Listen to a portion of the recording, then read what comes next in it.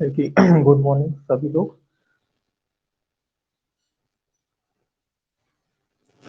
देखिए आज हम पढ़ेंगे मध्य प्रदेश राज्य सुरक्षा अधिनियम। मध्य प्रदेश राज्य सुरक्षा अधिनियम 1990।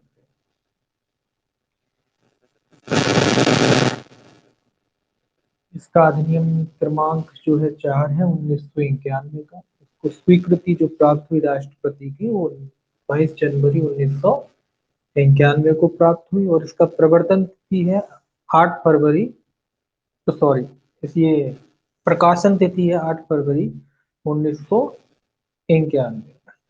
इसके प्रवर्तन की तिथि किसी के पास लिखी हो तो बताए।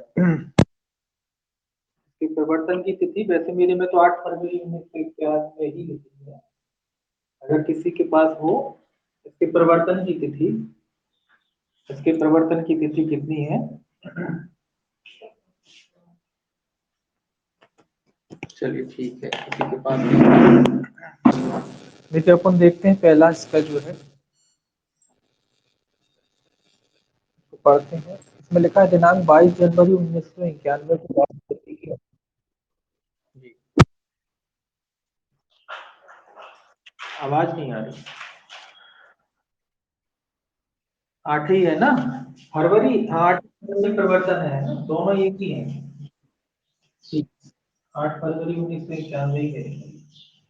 तो 8 फरवरी 1991 इसके प्रवर्तन की तिथि और 8 फरवरी को ये प्रथम बार प्रकाशित किया गया।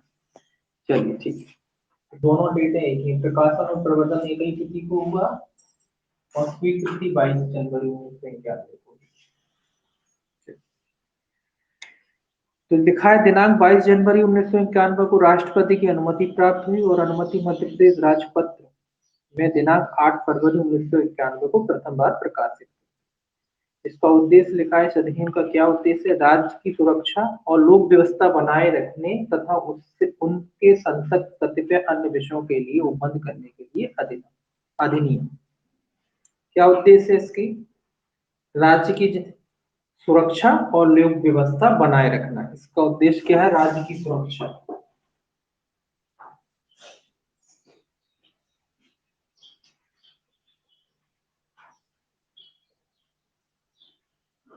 राज्य की सुरक्षा और लोक व्यवस्था,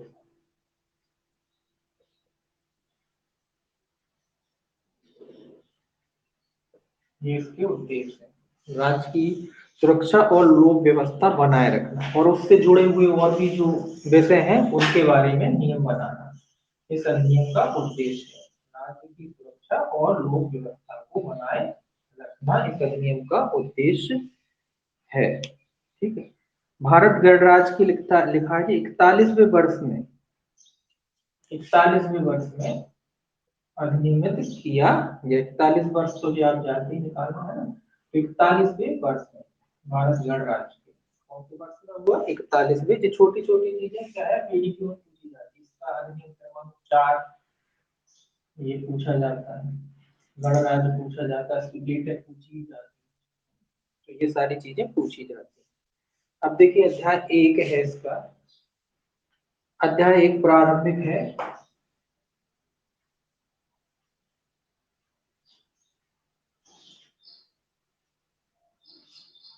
अध्याय 1 प्रारंभिक।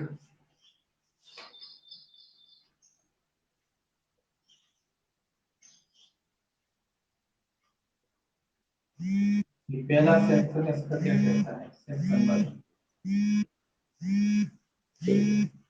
सेक्शन देखिए,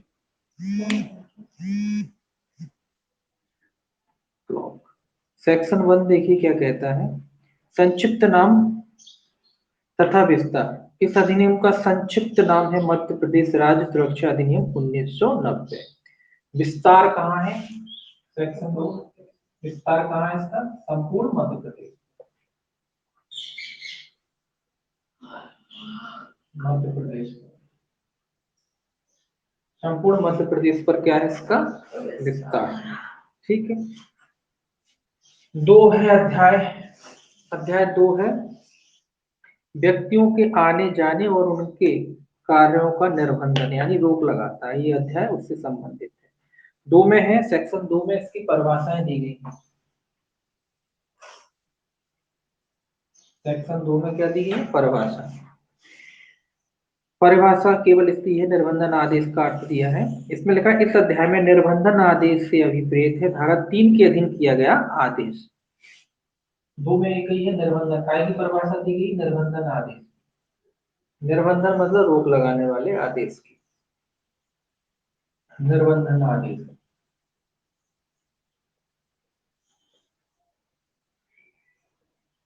केवल निर्बंधन आदेश की परिभाषा दी गई। ठीक है, सेक्शन 2। निर्बंधन आदेश कौन सा आदेश है? जो धारा 3 के अधीन दिया जाता है। धारा 3 के अधीन जो आदेश पारित किया जाता है या दिया जाता है, वो आदेश क्या है? निर्बंधन आदेश माना जाता है।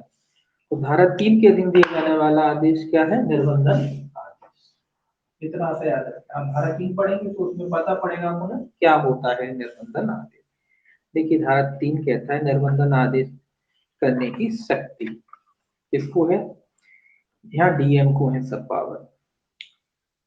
पहला लिखा है यदि किसी जिला मजिस्ट्रेट का किसी व्यक्ति के संबंध में यह समाधान हो जाता है कि वह किसी ऐसी रीति में कार्य कर रहा है या उसके ऐसे रीति में कार्य करने की संभावना है जिससे राज्य की सुरक्षा पर या लोक व्यवस्था बनाए रखने पर प्रतिकूल प्रभाव पड़ता है, और यह कि उसे इस प्रकार कार्य करने से रोकने के लिए जन साधारण के हित में यह आवश्यक है कि इस धारा के अधीन आदेश दिया जाए, तो जिला मजिस्ट्रेट ऐसा आदेश कर सकेगा। जिसमें फिर एबीसी करके दिया है 3। क्या कह रहा है? पहले तो ये कह रहा है कि पहले तो ये याद रखना कि निर्बंधन आदेश किसके द्वारा दिया जाता है? जिला मजिस्ट्रेट।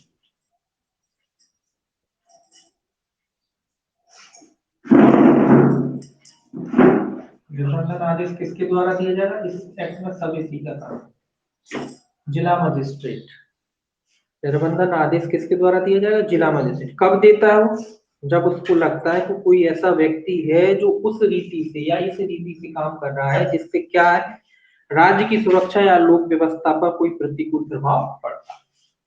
कोई व्यक्ति है किस उद्देश्य से काम कर रहा है या किस रीति से काम करता है जिससे राज्य की सुरक्षा और लोक व्यवस्था पर प्रतिकूल प्रभाव पड़ता है। लोक व्यवस्था ये लिखा है, लोक व्यवस्था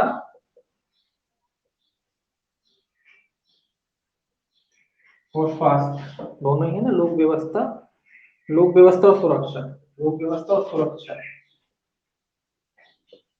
लोक व्यवस्था और सुरक्षा पर क्या पड़ता है? प्रतिकूल प्रभाव, प्रतिकूल प्रभाव पड़ता है। तो जिला मजिस्ट्रेट द्वारा आदेश पारित किया जा सकता है। कौन कौन से आदेश पारित किए जा सकते हैं? नीचे लिखे ए, बी और सी। सी में जो आदेश बताए गए हैं वो जिला मजिस्ट्रेट द्वारा पारित किए जा सकते हैं। तो कब पारित करता है जिला मजिस्ट्रेट? जब लगता है कि लोक व्यवस्था और सुरक्षा,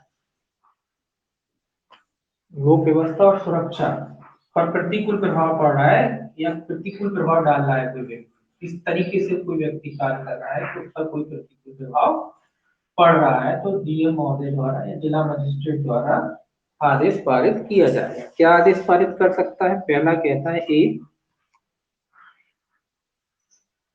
उससे यह अपेक्षा की जा सकेगी कि वह ऐसी रीति में, ऐसे समयों पर तथा ऐसे प्राधिकारी या व्यक्ति को जैसी कि उस आदेश में विनिर्दिष्ट की जाए अपने आने जाने की सूचना दे या उसके समक्ष उपस्थित हो, या अपने आने जाने की सूचना भी दे और उपस्थित भी हो। क्या कह रहा है? शर्त लगा दी।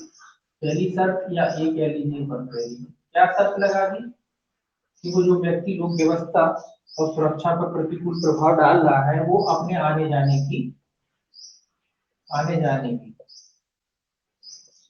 सूचना दे या सक्षम प्राधिकारी जो भी है उसके समक्ष उपस्थित हो, या दोनों करें। तो कुल मिला के ये पता पड़ सके ये व्यक्ति फिलहाल कहाँ है, क्या कर रहा है, किस एक्टिविटी में, इसकी वजह से तो ये शर्त लगा सकता है कि अपने आने जाने की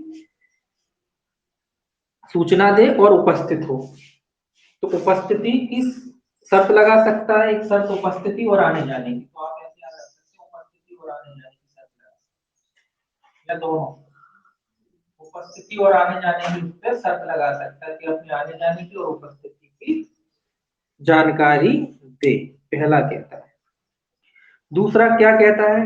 दूसरा कहता है ऐसे व्यक्ति से जो कि उस आदेश में उल्लिखित किए जाए संयुक्त रहने या उनसे संपर्क रखने के संबंध में उस पर ऐसे निर्बंधन अधिरोपित किए जा सकेंगे जो उस आदेश में विनिर्दिष्ट किए जाएं। ये क्या कह रहा है? जो ऐसे व्यक्तियों से जो कि उस आदेश में उल्लिखित किए जाएं सहयुक्त रहने या उनसे संपर्क रखने के संबंध में उस पर ऐसे निर्बंधन अधिरोपित किए जा सकेंगे जो निर्बंधन यानी शर्तें किस पर किस पर किस पर लगाए जा सकते हैं? संयुक्त रहते हैं मतलब सहव्यक्ति जो उनके साथ व्यक्तियों के साथ सहयुक्त रहते हैं, उनके साथ जुड़े हुए व्यक्ति रहते हैं। कौन सी शर्तें? जो अधिनियम में बताई जाए या जो उपयुक्त शर्तें हो वह लगाई जा सकती। किन व्यक्तियों पर शर्तें लगाई जा सकती हैं? संयुक्त व्यक्तियों पर जो उनके साथ है उन पर भी क्या लगाई जा सकती है? कौन सी शर्तें? शर्तें इसमें नहीं खोली है, तो जो विनिर्दिष्ट की जाए, जो बताई जाए, वो सभी शर्तें लगाई जा सकती। आने जाने के लिए लगाई जा सकती, साथ में जो लोग शामिल हैं उन पर भी शर्तें लगाई जा सकती, जो निर्दिष्ट की जाए, जो बताई जाए, वो सारी शर्तें इन पर भी लगाई जा सकती। तीसरा कहता है किसी भी ऐसी वस्तु या वस्तुओं का जो उस आदेश में विनिर्दिष्ट की जाए उसके द्वारा कब्जे में रखा जाना या उपयोग में लाया जाना प्रतिष्ठित या निर्बंधित किया जा सके।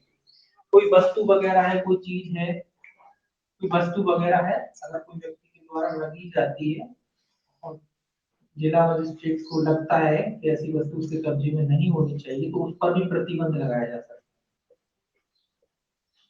प्रतिबंध लगाया जा सकता है, प्रतिबंध लगाया जा सकता है, उस पर भी प्रतिबंध लगाया जा सकता है जिला मजिस्ट्रेट द्वारा कि भाई आप ये चीजें अपने कब्जे में नहीं रखेंगे। तो ये तीन तरीके की शर्तें हुई। पहले जानकारी देना है, सूचना देना है अपने आने जाने के बारे में। दूसरा उसके सहयुक्त वगैरह लोग हैं उन पर शर्तें लगाई जा सकती हैं। तीसरा क्या है? कोई वस्तु कब्जे में रखता है तो उस पर भी निर्बंधन लगाए जा सकते हैं, शर्तें प्रतिष्ठित किया जा सकता है उसको अपने कब्जे में रखने से। देखिए अब इसका सब क्लॉज 2 है तीसरे सेक्शन का, जो कहता है उपधारा 1 के अधीन किया गया निर्बंधन आदेश ऐसी कालावधि के लिए प्रवर्तन में रहेगा जो उसमें विनिर्दिष्ट की जाए और जो किसी भी दशा में उस आदेश की तारीख से 1 वर्ष की कालावधि से अधिक नहीं होगा। ये इंपॉर्टेंट है, ये याद। तो जो आदेश दिया गया कितनी अवधि का होगा? जो विनिर्दिष्ट किया जाए। आदेश कितनी अवधि का होगा? जो विनिर्दिष्ट किया जाए, यानी बताया जाए वो आदेश कितना होगा जो विनिर्दिष्ट किया जाए। विनिर्दिष्ट विनिर्दिष्ट किया जाए मतलब उल्लेखित अवधि कह लीजिए, जो उल्लेखित अवधि है उतनी अवधि के लिए होगा, लेकिन किसी भी हालत में अधिकतम अवधि कितनी होगी उसकी? 1 वर्ष। 1 वर्ष से अधिक के लिए वो परिवर्तन में समय नहीं रहेगा। 1 वर्ष 1 ईयर, 1 वर्ष से अधिक की अवधि के लिए परिवर्तन में नहीं रहेगा। तो ये 1 वर्ष की अवधि अधिकतम अवधि। जैसे कितना? 1 वर्ष, कितना भी रह सकता है, 1 माह, 2 माह, 6 माह, 4 माह, 5 माह, लेकिन किसी भी हालत में 1 माह से 1 वर्ष से अधिक नहीं होगा। तो ये आदेश कितनी अवधि तक परिवर्तन रह सकता है? अधिकतम। अधिकतम अवधि कितनी है? 1 वर्ष। कहाँ बताया गया है? 3 रो में। 3 रो में अधिकतम अवधि कितनी है? 1 वर्ष। तो याद रखेंगे, ठीक है। इसको क्या करेंगे आप याद रखेंगे, इंपॉर्टेंट है ये। 3 रो में बताया गया है कि जो आदेश दिया गया था इसकी उपधारा 3 की उपधारा 1 में उसका आदेश की अधिकतम अवधि कितनी है? 1 वर्ष। अब देखिए अध्याय 3।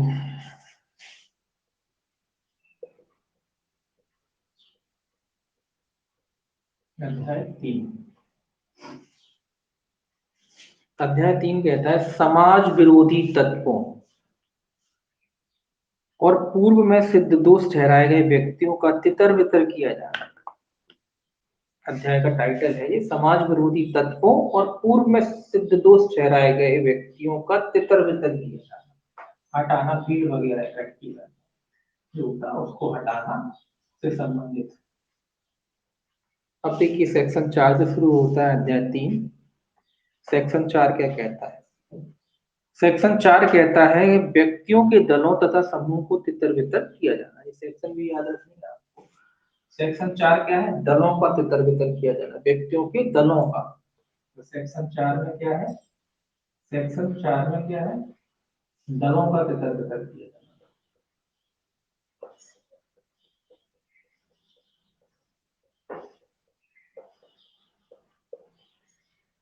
किया जाना। दल मतलब कई लोग इकट्ठे मिल जाते हैं तो दल बन जाते हैं। तितर बितर मतलब उनको अलग थलग किया जाना, अलग थलग किया। तो दलों या समूहों का क्या किया जाना? तितर बितर किया जाना, अलग थलग किया जाना, एक साथ ना खड़े हो। ठीक है सारा। अब देखिए यहाँ भी जिला मजिस्ट्रेटी की बात आएगी।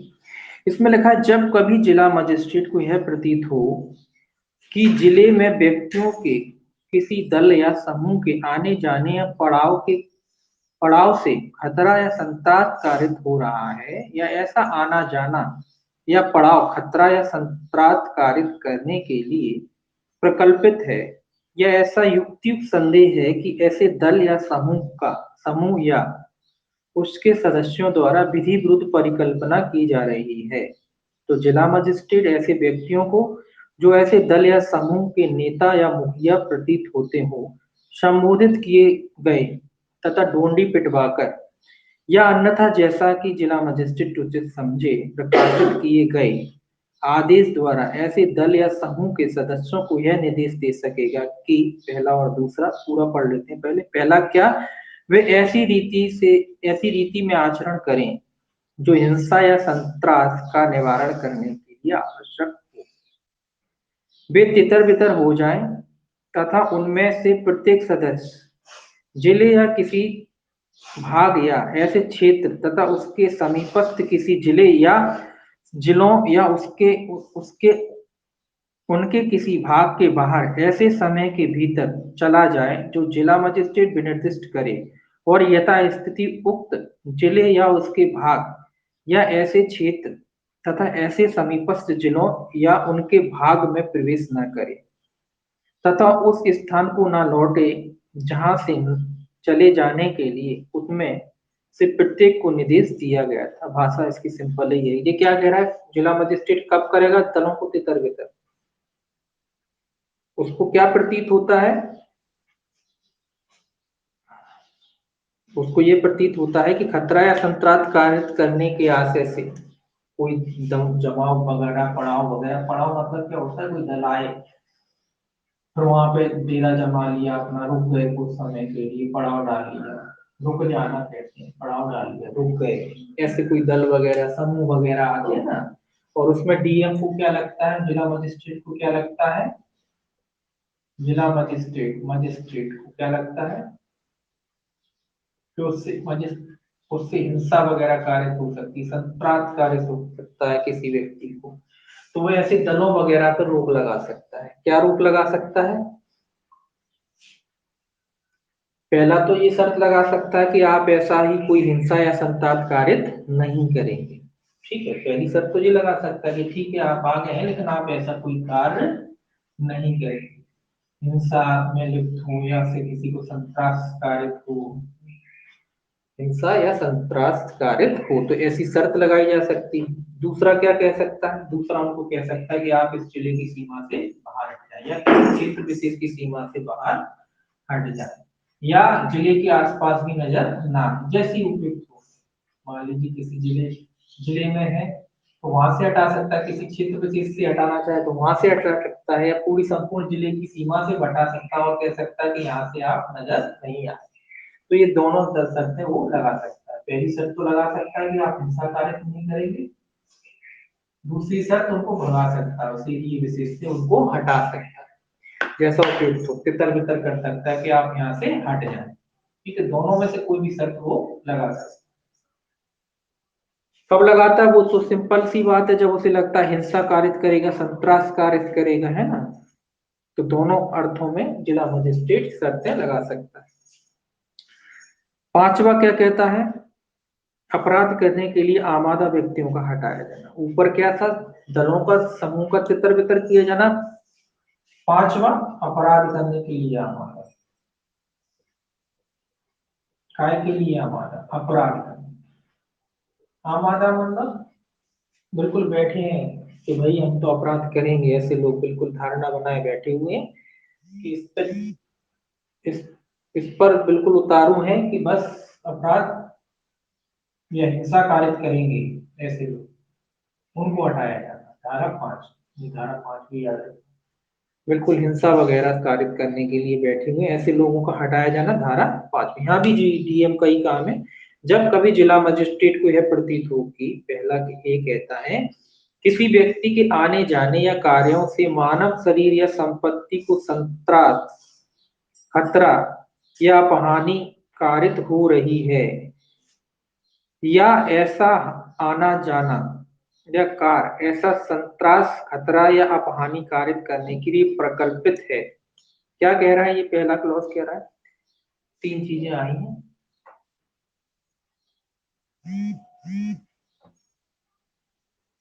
मानव शरीर,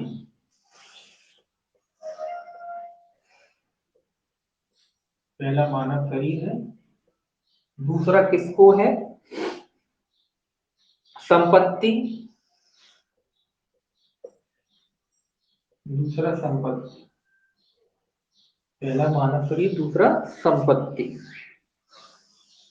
खतरा या अपहानि कारित हो रही है, मानव शरीर या संपत्ति को खतरा या अपहानि कारित हो रही है, या ऐसा आना जाना या कार्य ऐसा संत्रास या खतरा या अपहानि कारित करने के लिए प्रकल्पित है, पहले से योजना बना रही है।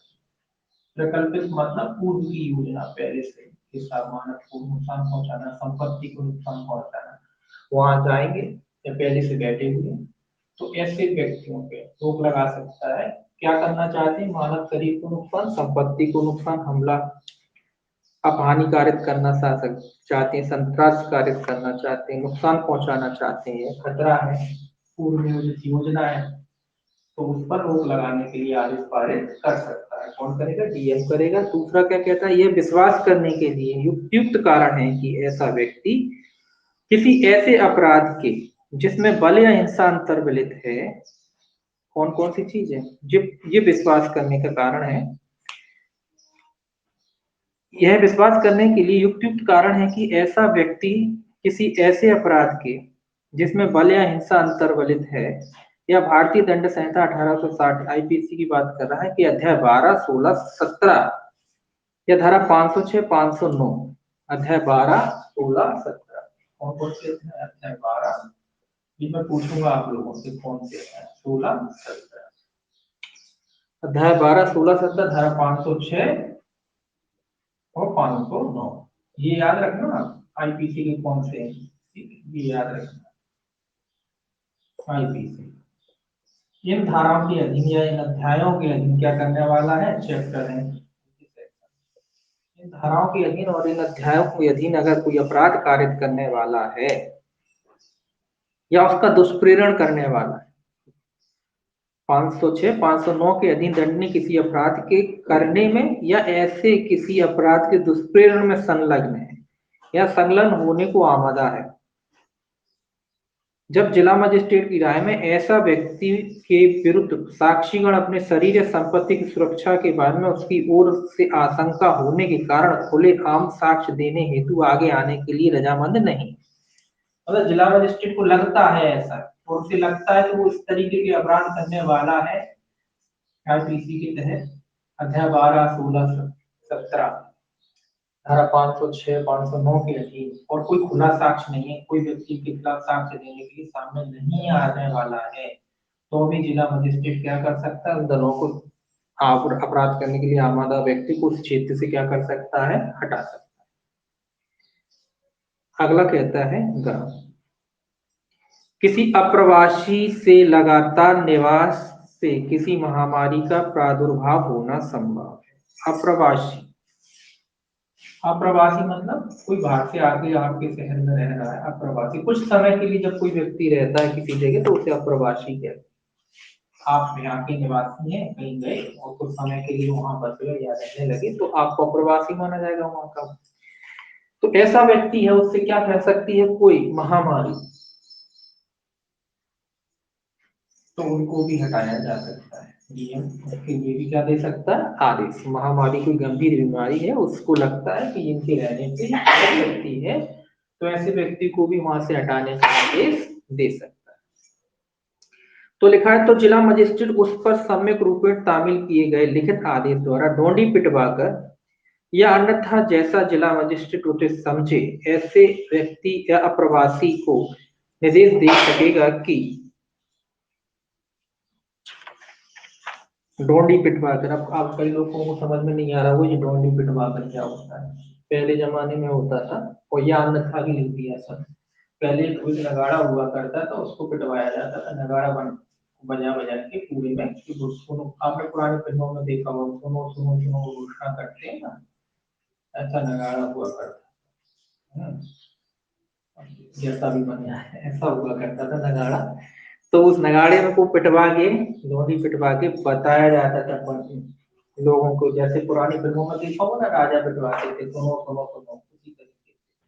अभी नहीं होता, अब तो माइकों के थ्रू, गाड़ियों के थ्रू करवाया जाता। तो ऐसा करवाएगा इस तरीके से, डोडी पिटवा कर या तामील करवा कर, जैसा भी उसको तामील करवा कर, तो इस तरीके से उसे सूचना दी जाती है।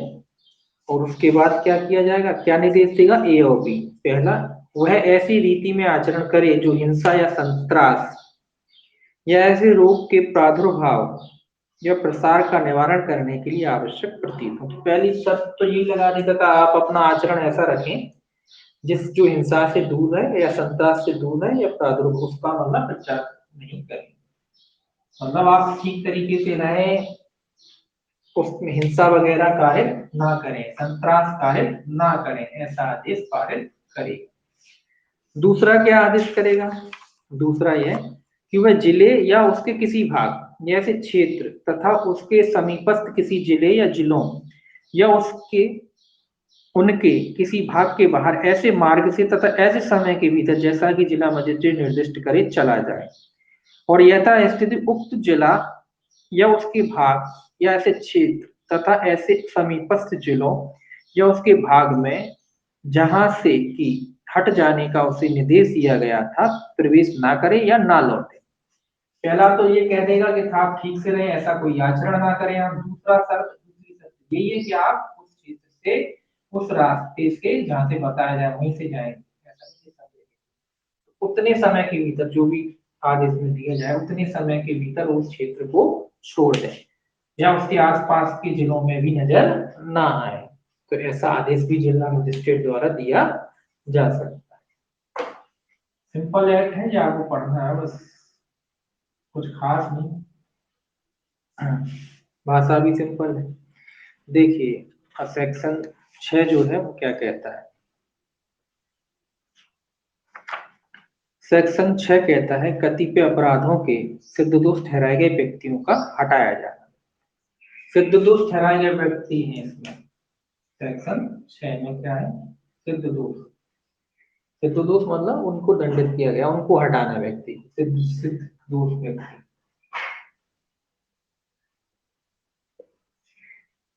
पहले वाले में, आगे वाला जो सेक्शन था उसमें कौन से थे, उसमें अपराध करने के लिए आमादा व्यक्ति थे।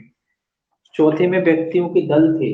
चौथे में सेक्शन 4 में दलों को तितर बितर किया गया था। 5 में जो अपराध करने के लिए आमादा यानी उतावले हैं बिल्कुल के बस अपराध करेंगे ही, तो ऐसे व्यक्तियों को हटाया गया। यहाँ क्या है, यहाँ से दूर हो चुके हैं, तो इन व्यक्तियों को हटाने की बात कर रहा है। इसमें लिखा है यदि कोई व्यक्ति, पहला ए में फिर दो क्लॉज हैं, भारतीय दंड संहिता के अध्याय 12, 16 और 17, 12, 16 और 17। चलिए पहले आप माइक खोलिए अपने अपने, एक एक करके खोलिए माइक। सबसे पहले आदित्य तिवारी जी आप अपना माइक खोलिए। आदित्य, क्या है अध्याय जी बताइए, अध्याय 12, 16 और 17 क्या है, कौन कौन से अध्याय।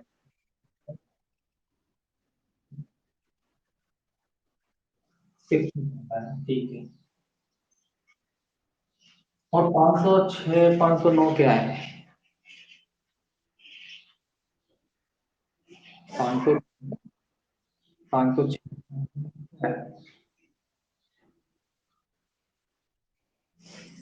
तो 503 तो याद होगा, 503 क्या है? चलिए कोई बात नहीं, आप अपना माइक बंद करिए। हाँ पूजा पूजा, बताओ क्या है? 503 506 और 500। माइक खोलो, माइक खोल के बताओ, बताओ बताओ।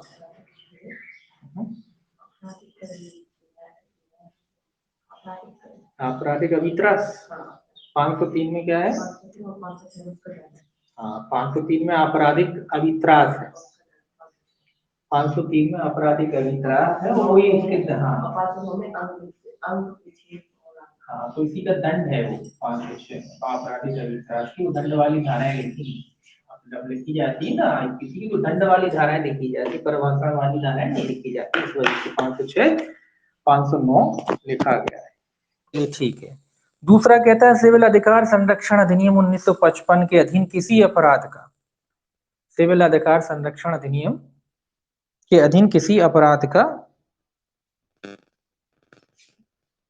तो दो आ गए इसमें। पहला तो क्या है, सिविल अधिकार संरक्षण अधिनियम जो है इस बार आपके एडीपी में नहीं है, जो पहले पहले से भी पहले हुआ था उसमें था एडीपीयू, इस बार का नहीं, उससे पहले जब सबसे पहले हुआ करता था ना एडीपीयू, उसमें सिविल अधिकार संरक्षण अधिनियम था। सिविल अधिकार संरक्षण अधिनियम का क्या अर्थ है? सिविल अधिकार संरक्षण अधिनियम एक तरीके से प्रोटेक्शन करता है, एससी एसटी से कई मामलों में लागू होता है, उन्हीं को एक गांव से निकाल देना, उन पे हमला करना, इस तरीके के उसमें प्रोविजन है। सामूहिक जुर्माना लगाना जो आप पढ़ेंगे पूरे गांव के गांव पे, तो वो सिविल अधिकार संरक्षण अधिनियम के अंतर्गत ही आता है। तो ऐसा कोई कार्य करे, उसका नाम सिविल अधिकार संरक्षण अधिनियम। बहुत छोटा सा एक्ट था, शायद 7-8 धाराओं का, बहुत एक एक दो दो लाइन की धाराएं थी। किसी को पानी नहीं पीने देना, उनको कोई जिस तरीके से एससी एसटी एक्ट है लगभग उसी का एक पार्ट समझ लीजिए, उसी तरीके का था। सामूहिक जुर्माना लगाना राज्य सरकार लगाती है उसमें गांव के गांव पे।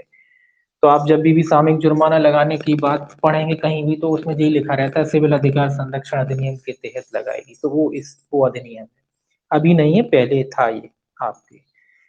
दूसरा बी कहता है स्त्री तथा लड़की अनैतिक व्यापार दमन अधिनियम 1956 के अधीन किसी अपराध का कितने बार अपराध कर चुका है? 2 बार।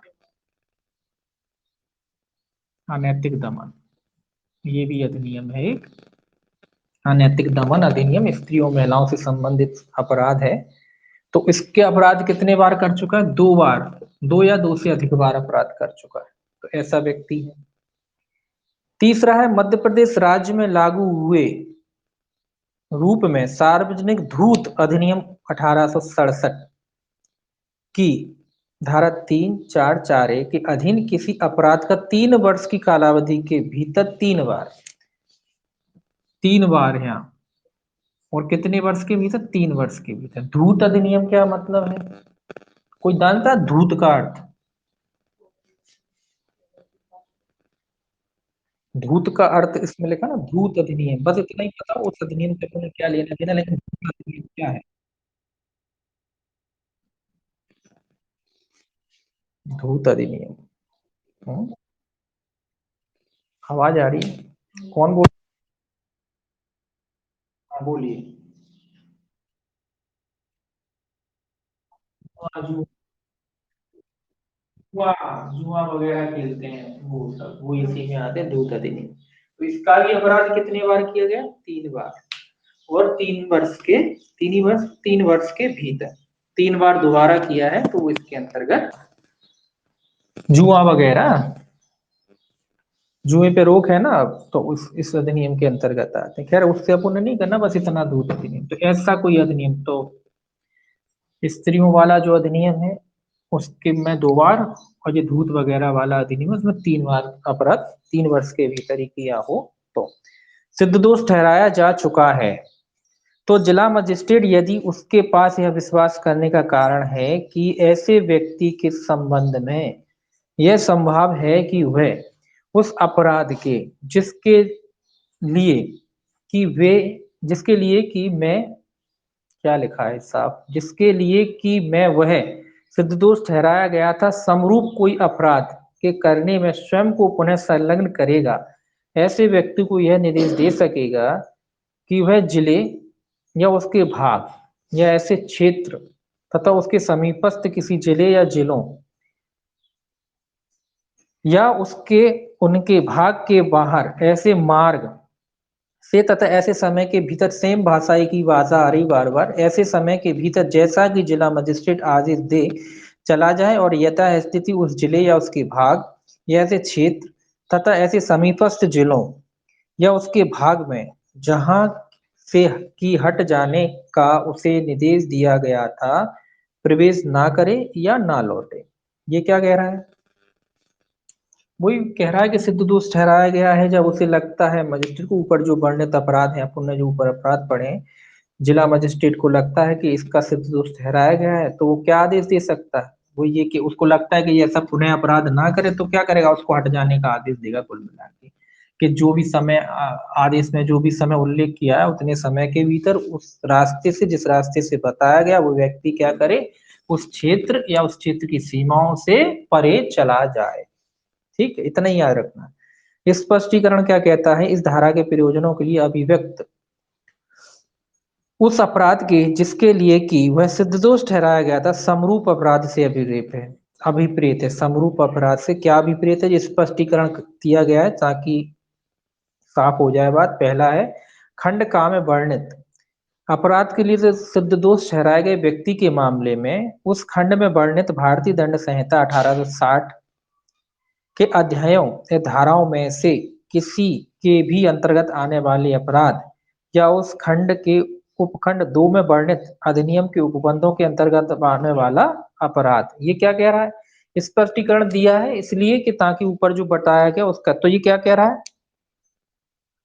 भारतीय दंड संहिता 1860 के अध्यायों या धाराओं में से किसी के भी अंतर्गत आने वाला अपराध हो या उस खंड के उपखंड 2 में वर्णित अधिनियम के उपबंधों के अंतर्गत आने वाला अपराध, मतलब पूरा जो दिया है ऊपर वो, और उसके उपखंड में आने वाला अपराध वो। दूसरा कहता है, खंड खा या गा में वर्णित अपराधों के लिए सिद्ध दोष ठहराए गए व्यक्ति के मामले में उक्त खंडों में क्रमशः वर्णित अधिनियम के उपबंधों के अंतर्गत आने वाले अपराध। खागा मतलब जो ऊपर बोले कह रहे हैं, अधिनियम के अंतर्गत जो अपराध, मतलब एक आप उन्होंने आपको चैप्टर बता दिया, उसके अंतर्गत जो उपखंड वगैरह जो लगे हुए होते हैं वो समस्त अपराध इसके अंतर्गत आएंगे। ये स्पष्टीकरण के लिए कह रहा है। अध्याय 12 है, 13 जी 506 509 जी दंडित लिखा है, तो उसके उपखंड भी लगे रहते हैं, सब क्लॉज भी लगे रहते हैं, वो सब सब इसके अंतर्गत आएंगे। ठीक है, धारा 7 देखिए, सेक्शन 7, सेक्शन 7 है धारा 4, 5 या 6 के अधीन आदेश के प्रवर्तन की कालावधि। कौन कौन सी सेक्शन की बात कह रहा है? 4, 5 और 6, जो ऊपर जो पढ़े हैं अपन ने, 4, 5, 6, इनके प्रवर्तन की कालावधि के बारे में कहता है। कोई एक ही वर्ष है, अपन आगे पढ़ चुके हैं, वही है। इसमें लिखा है, यथा स्थिति किसी जिले या उसके भाग, यहाँ आप बनाना चाहें तो सीधा एक वर्ष लिख लीजिए, बस पढ़ लेते हैं इसको। इसमें लिखा है, यथा स्थिति किसी जिले या उसके भाग या ऐसे क्षेत्र तथा उसके समीपस्थ किसी जिले या जिलों या उसके उनके किसी भाग में प्रवेश न करने के संबंध में धारा 4, 5, 6 के अधीन दिया गया निर्देश ऐसी कालावधि के लिए होगा जो कि उसमें विनिर्दिष्ट की जाए और किसी भी दशा में उस तारीख से जिसको कि वह दिया गया था 1 वर्ष की कालावधि के लिए नहीं होगा। काला 1 वर्ष से अधिक की कालावधि के लिए नहीं होगा। तो एक ही लाइन है इसमें, 1 वर्ष। ये कह रहा है धारा 4, 5, 6 के अधीन जो आदेश दिया गया था वो कितनी वर्ष की अवधि के लिए होगा? 1 वर्ष। इतना ही पढ़ना है, इतना ही लिखना है आपको। एक लाइन या उसको बैरक कोई अंडरलाइन कर लीजिए, 1 वर्ष की कालावधि से अधिक नहीं होगा। जो आदेश में विनिर्दिष्ट की गई वो अवधि या फिर अधिकतम अवधि कितनी है, 1 वर्ष। तो 1 ही वर्ष याद रखना है। धारा 4, 5, 6 कहाँ दिया गया, धारा 7 में बताया गया। धारा 7 में इनके लिए बताया गया कितनी अवधि होगी, 1 वर्ष से अधिक नहीं होगी, या फिर 1 वर्ष से कम तो हो सकती लेकिन 1 वर्ष से अधिक नहीं हो सकती। और धारा 8 देखिए, धारा 8 कहती 3, 4, 5 और 6, 3, 4, 5 और 6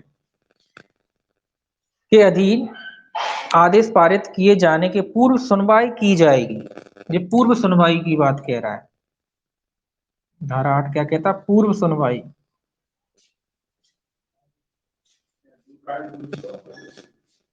एक मिनट थोड़ा होल्ड करना।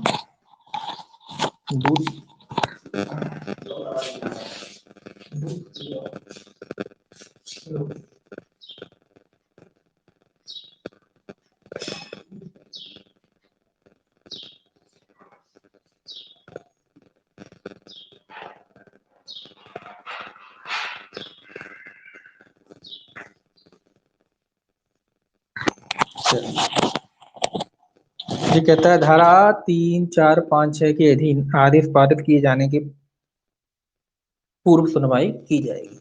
पहला क्लॉज क्या कहता है, पूर्व सुनवाई मतलब पहले सुना जाएगा तभी आदेश पारित किया जाएगा। ये तो आप जानते हैं बगैर सुने कोई भी आदेश पारित नहीं किया जाता।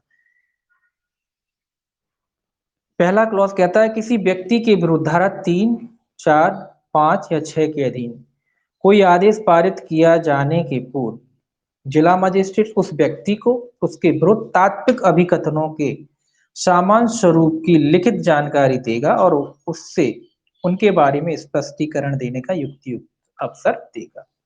मतलब जिसका आरोप लगाया गया है किसी व्यक्ति को या जो कोई आदेश दिया गया है किसी व्यक्ति को, तो क्या करेगा, उन कथनों के बारे में जिला मजिस्ट्रेट उसको लिखित में देगा। तात्विक कथन जो भी अभिकथनों का सामान्य स्वरूप में लिखित जानकारी देगा और जानकारी देके क्या मांगेगा, उससे जवाब मांगेगा कि भैया आप क्या कहना चाहते हैं, ये सारी चीजें आपके खिलाफ जा रही हैं तो आप क्या कहना चाहते हैं, तो उनसे क्या करेगा, एक जानकारी मांगेगा।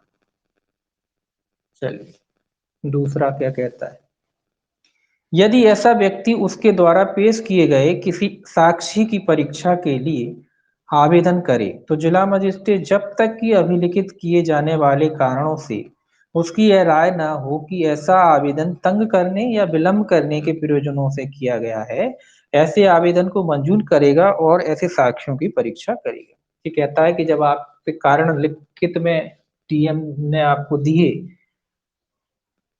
अब आप कोई साक्षी कोई गवाह अपनी तरफ से पेश करना चाहते हैं और जिला मजिस्ट्रेट अगर वो तंग करने वाला नहीं है कोई गवाह, ऐसा डीएम को लगता है, आके आप कार्रवाई को बेवजह नहीं टालना चाहते और उसे उपयुक्त लगता है, तो क्या है वो गवाह की परीक्षा करेगा। आप कोई गवाह वगैरह देते, कोई साक्ष्य वगैरह देते हैं, अगर बेवजह का नहीं है, कार्रवाई को टालने वाला नहीं है, तो फिर क्या करेगा डीएम, वो आपके गवाह को सुनेगा, उसकी परीक्षा करेगा। तीसरा है अपने समर्थन में आप कोई गवाह तो पेश करेंगे ना, तो इसीलिए तीसरा कहता है ऐसे व्यक्ति द्वारा प्रस्तुत किया गया कोई भी लिखित कथन मामले के अभिलेख के साथ फाइल किया जाएगा और ऐसा व्यक्ति अपना स्पष्टीकरण देने तथा अपने द्वारा पेश किए गए साक्ष्यों की परीक्षा के प्रयोजन से किसी विधि व्यवसायी द्वारा जिला मजिस्ट्रेट के समक्ष संजात होने का हकदार होगा। ये वकील की भी बात कह रहा है। क्या कह रहा है, ऐसा आवेदन कैसे किया जाएगा, अभिलेख के तौर पर, मामले के अभिलेख के तौर पर पेश किया जाएगा। अभिलेख मतलब दस्तावेज के तौर पर पेश किया जाएगा कि मामले के दस्तावेज के रूप में इसे प्रस्तुत किया जाएगा और जो व्यक्ति है वो अधिवक्ता के माध्यम से क्या हो सकता है,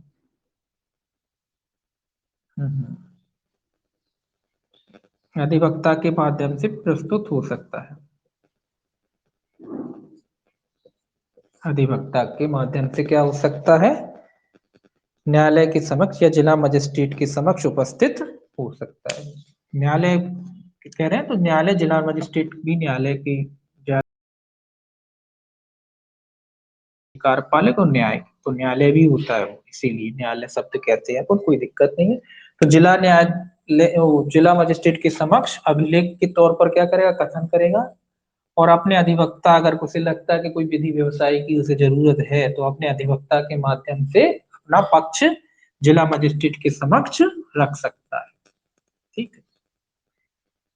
चौथा कहता है, उपधारा 1 के अधीन कार्रवाई करने वाला जिला मजिस्ट्रेट किसी ऐसे व्यक्ति की जिसके विरुद्ध धारा 3, 4, 5 या 6 के अधीन किसी आदेश का किया जाना प्रस्तावित है, हाजिरी सुनिश्चित करने के प्रयोजन के लिए ऐसे व्यक्ति से यह अपेक्षा कर सकेगा कि वह उसके समक्ष उपसंजात हो और जांच के दौरान ऐसी हाजिरी के लिए प्रतिभूति सहित या रहित बंद पत्र निष्पादित करे। ये कॉमन सी बातें आ रही हैं जो न्यायालय में होती हैं। जिस व्यक्ति को नोटिस दिया था, अब उसकी हाजिरी सुनिश्चित करने के लिए कहीं ये भाग ना जाए, तो एक बॉन्ड भरवा लेगा। बॉन्ड बॉन्ड रखवा लेगा। बॉन्ड क्यों भरवा लेगा? ताकि ये भाग ना जाए, फरार ना हो जाए। एक बॉन्ड भरवा लेगा, एक जमानत भरवा लेगा कि भैया आप जब भी आपको बुलाया जाएगा आप न्यायालय के सामने उपस्थित होंगे। तो उसके लिए क्या किया जा सकता है, उस व्यक्ति से बॉन्ड भरवाया जा सकता है, प्रतिभूति ली जा सकती, गारंटी ली जा सकती कि जो उपस्थित होंगे। ठीक है, सिंपल सी बातें हैं।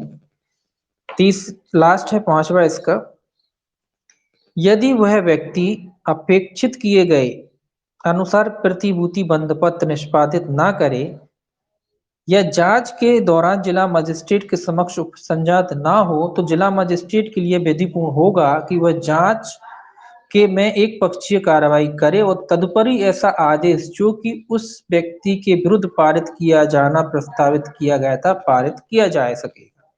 ये कह रहा है कि वो व्यक्ति क्या कर रहा है, बॉन्ड वगैरह नहीं भर रहा है, प्रतिभूति वगैरह नहीं दे रहा है, तो मजिस्ट्रेट क्या कर सकता, सॉरी हाँ मजिस्ट्रेट ही कहेंगे, मजिस्ट्रेट क्या कर सकता है, एक पक्षीय कार्रवाई,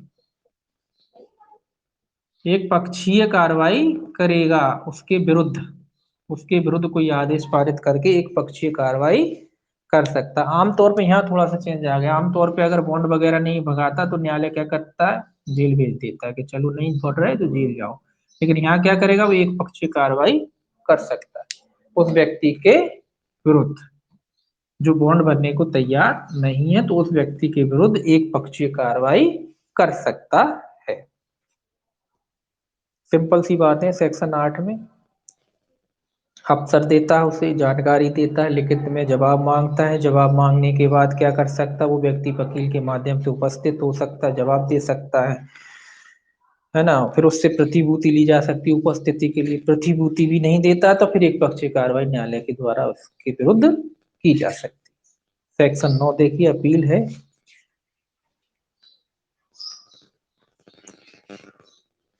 इंपॉर्टेंट, ये भी अपील कहाँ है,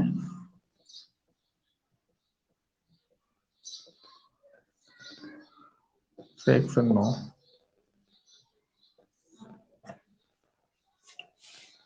देखिए क्या कहता है। पहला है, धारा 3, 4, 5 या 6 के अधीन जिला मजिस्ट्रेट द्वारा या धारा 13 के अधीन विशेष रूप से सशक्त किए गए किसी अन्य अधिकारी द्वारा किए गए किसी आदेश से व्यथित कोई भी व्यक्ति ऐसे आदेश की तारीख से 30 दिन के भीतर राज्य सरकार को अपील कर सकेगा। ऐसी अपील का विनिश्चय यथासंभव अपील फाइल किए जाने की तारीख से 4 माह की कालावधि के भीतर किया जाएगा। तो इसमें 2 डेटें आई हैं।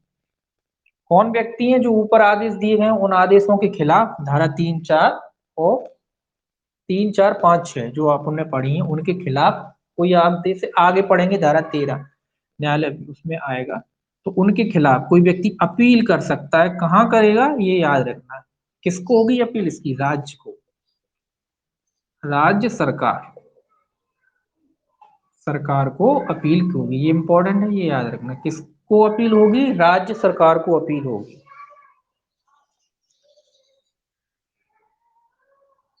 अपील किसको होगी, राज्य सरकार को, और राज्य सरकार उसका निपटारा कितने माह के भीतर करेगी, 4 माह। 4 माह के भीतर राज्य सरकार क्या करेगी, उसका निपटारा करेगी। ये दो अवधियां आई हैं आपके, ये याद रखना। अपील कब करता है व्यक्ति? जब व्यथित होता है, उसको लगता है गलत आदेश दे दिया गया हो, तो वो अपील करता है। अपील कहाँ करेगा? डीएम के खिलाफ राज्य सरकार को। और कितने माह में इसका निपटारा किया जाएगा? 4 माह में। ये दो अवधियां आई हैं, तो ये दो अवधि आपको लिख के नोट करके याद करनी। दूसरा क्या कहता है? इस धारा के अधीन अपील उस आदेश के जिसके की विरुद्ध अपील की गई है संबंध में आपत्ति के आधार पर संक्षेप में देते हुए ज्ञापन के रूप में की जाएगी और उसके साथ उसकी प्रमाणित प्रतिलिपि संलग्न की जाएगी। ज्ञापन के रूप में मतलब आवेदन के रूप में की जाएगी, एक मेमोरेंडम होता है उसके हिसाब से की जाएगी, और जो आदेश दिया गया था डीएम का उसकी एक प्रतिलिपि उसके साथ लगाई जाएगी। ये तो सभी जानते हैं। जो कोई भी जब अपील करते हो बगैर प्रतिलिपि के थोड़ी की जाती है। जो आदेश है उसकी फोटो कॉपी, उसकी प्रति प्रमाणित कॉपी मिलती है, प्रमाणित कॉपी लगाई जाती है उसके संग। तो वो इसमें लिखा है, तो प्रमाणित प्रतिलिपि क्या कर लगाएंगे आप? उसके साथ लगाएंगे। एक आप ज्ञापन के रूप में या आवेदन के रूप में उसको करेंगे। ठीक है। जो प्रोफार्मा होता है उसके रूप में, आवेदन के रूप में की जाएगी। अपील का जो प्रोफार्मा होता है उसके रूप में की जाती है। तीसरा क्या कहता है? ऐसी अपील के प्राप्त होने पर राज्य सरकार अपीलार्थी को या तो व्यक्तिगत व्यक्ति से या किसी विधि व्यवसायी के द्वारा सुने जाने का युक्तियुक्त अवसर देने तथा ऐसी जांच यदि कोई हो जैसी कि वह आवश्यक समझे करने के पश्चात उस आदेश की जिसके की विरुद्ध भारत अपील की गई है पुष्टि कर सकेगी या उसमें फेरफार कर सकेगी या उसे विखंडित कर सकेगी। परंतु यह आदेश उसके विरुद्ध अपील की गई अपील की गई है जब तक कि राज्य सरकार अन्यथा निर्देश ना दे अपील का निपटारा होने तक प्रवर्तन में रहेगा। ये क्या कह रहा है? राज्य सरकार को अब अपील हो गई। देखिए,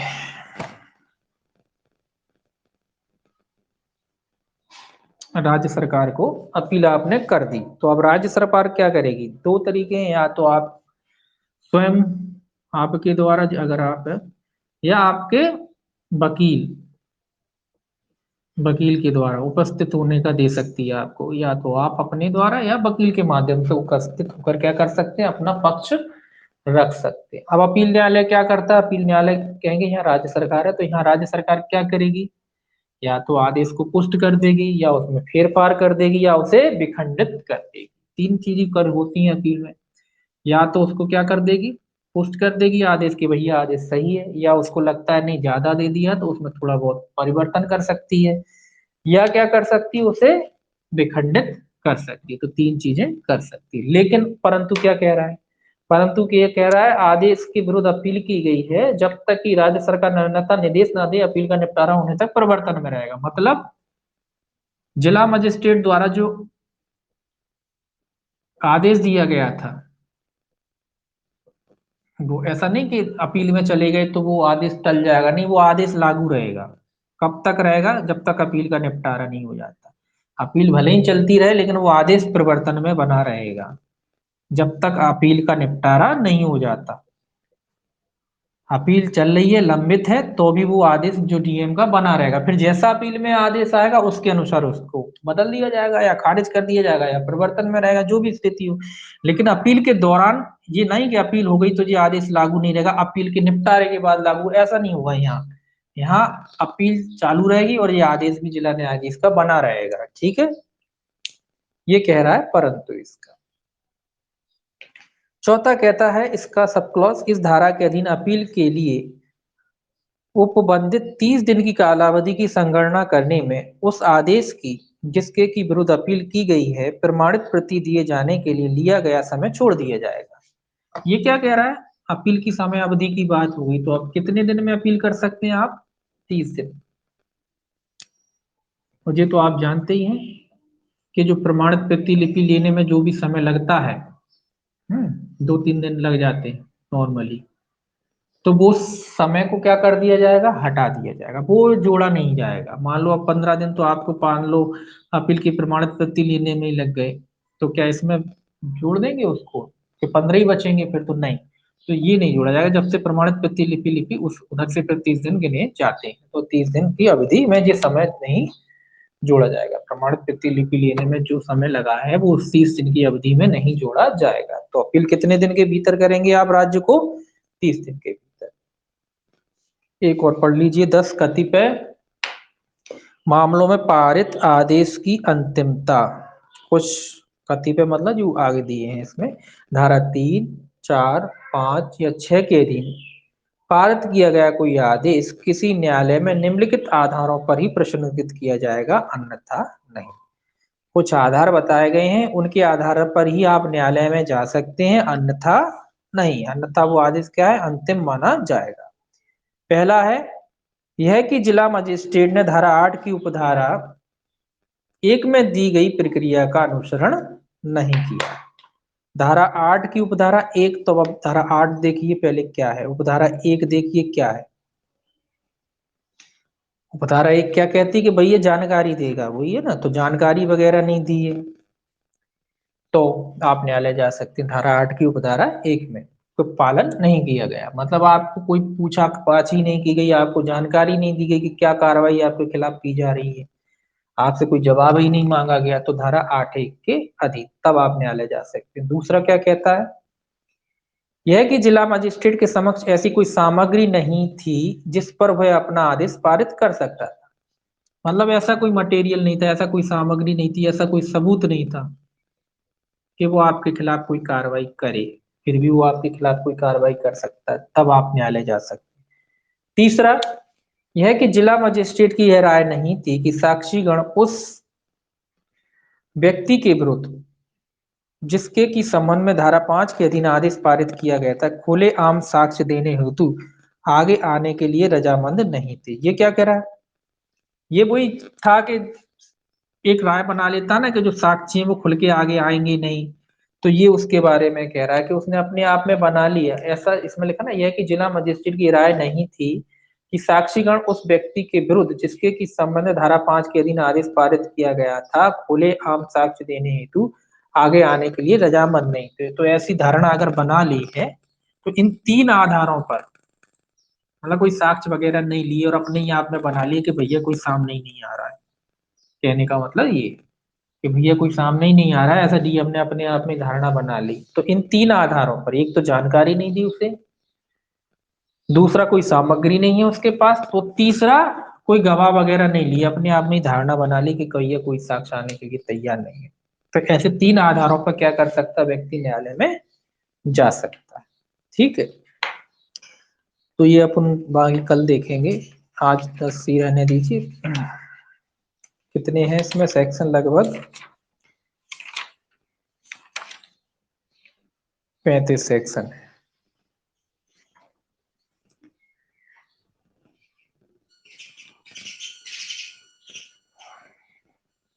चलिए, कौन कौन कितने? 9 लोग।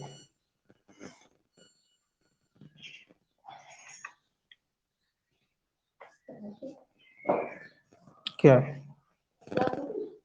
अभी चल रही गाड़ी, हटाना।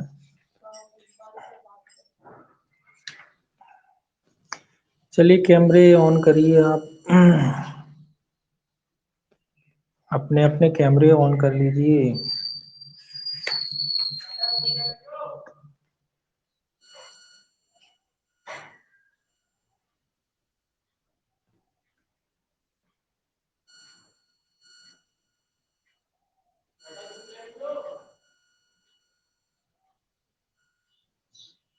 कोई दिक्कत है किसी को? 1 मिनट, माइक हट। कोई प्रॉब्लम हो तो बताएं। चलिए कोई बात नहीं, कल देखेंगे। सब लोग घर पे रहिए, कोरोना से सुरक्षित रहिए, बहुत बुरी तरीके से फैल रहा है इस बार। आज घर पे रहिए, कहीं निकलिए नहीं, मास्क लगाइए और अपनी सुरक्षा खुद करिए, सरकार नहीं करेगी। अपनी सुरक्षा करिए, घर पे रहिए। ठीक है, एक बार थोड़ा ज्यादा ही फैल जाओ, थोड़ा ज्यादा क्रिटिकल है, हर जगह फैलता है। चलिए कल देखते हैं, कल मिलेंगे, कल पढ़ेंगे बात। चलिए बाय।